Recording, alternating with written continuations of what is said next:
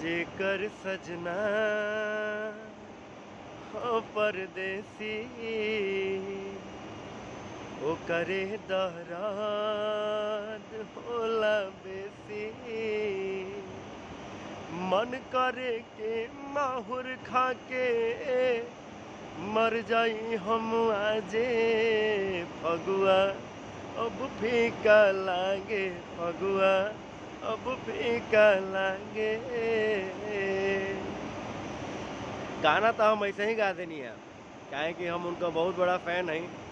अब अपना आप में, अपना नज़र में वैसे तो फ़ैन उनका बहुत बड़का बड़का लोग बा, लेकिन हमरा तरफ से छोट भाई के तरफ से Pawan Singh power star happy birthday भैया के।